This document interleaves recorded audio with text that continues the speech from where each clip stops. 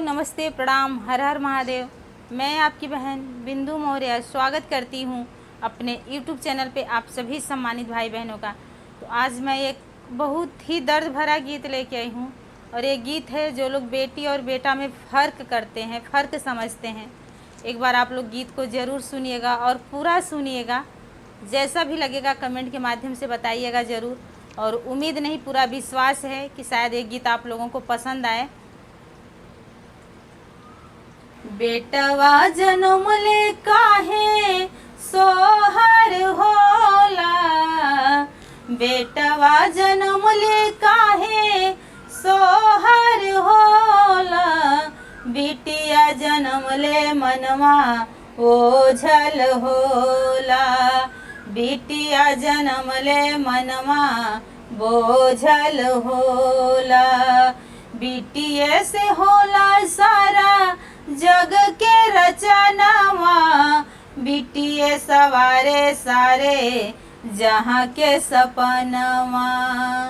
बिटिया से होला सारे जग के रचनावा, बिटिया सवारे सारे जग के सपनवा, बिटिया मुआवल काहे चाहत होला,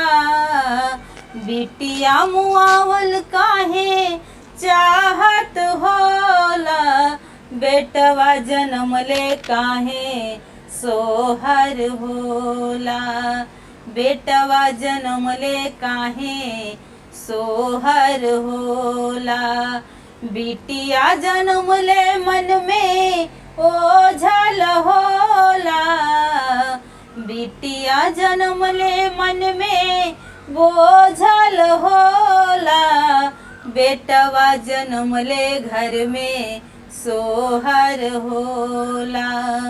बेटवा जन्म ले घर में सोहर होला।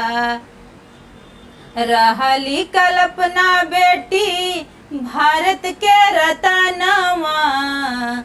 झांसी वाली रानी जाने जगई जहानवा,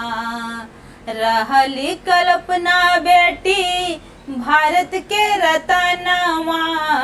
झांसी वाली रानी जाने सारा जग जहानवा,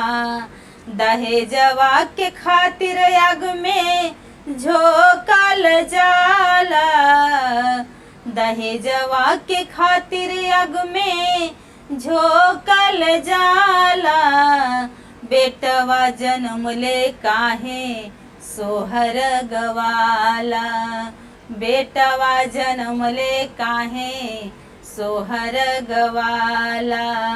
बिटिया जन्म ले मन में बोझल होला, बिटिया जन्म ले मन में बोझल होला, बेटवा जन्म ले काहे सोहर होला,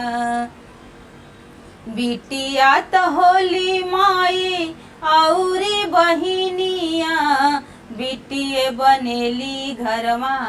के दुल्हनिया, बिटिया त होली माई औरी बहिनिया, बिटिए त बनेली घर वहाँ के दुल्हनिया, बिटिया बिना ना कुछ पूरन होला, बिटिया बिना नाही कुछ हो पूरन होला, बेटवा जन्म ले घर में सोहर होला, बेटवा जन्म ले घर में सोहर होला,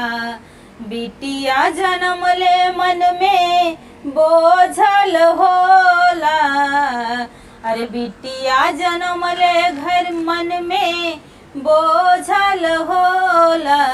बेटवा जन्म ले घर में सोहर होला, बिटिया पुकारे मारे गर्भ में जनवा, हमहु सजाइब माई तोहरो सपनावा, बिटिया पुकारे गर्भ सब जनावा हमहू सजाइब माई तोहर सपनावा। गावेली बिंदु मोरा दर्दनु होला, गावेली बिंदु मोरा दर्दनु होला। बेटवा जन्मले घर में सोहर होला, बेटवा जन्मले घर में सोहर होला, बेटवा जन्मले घर में सोहर होला।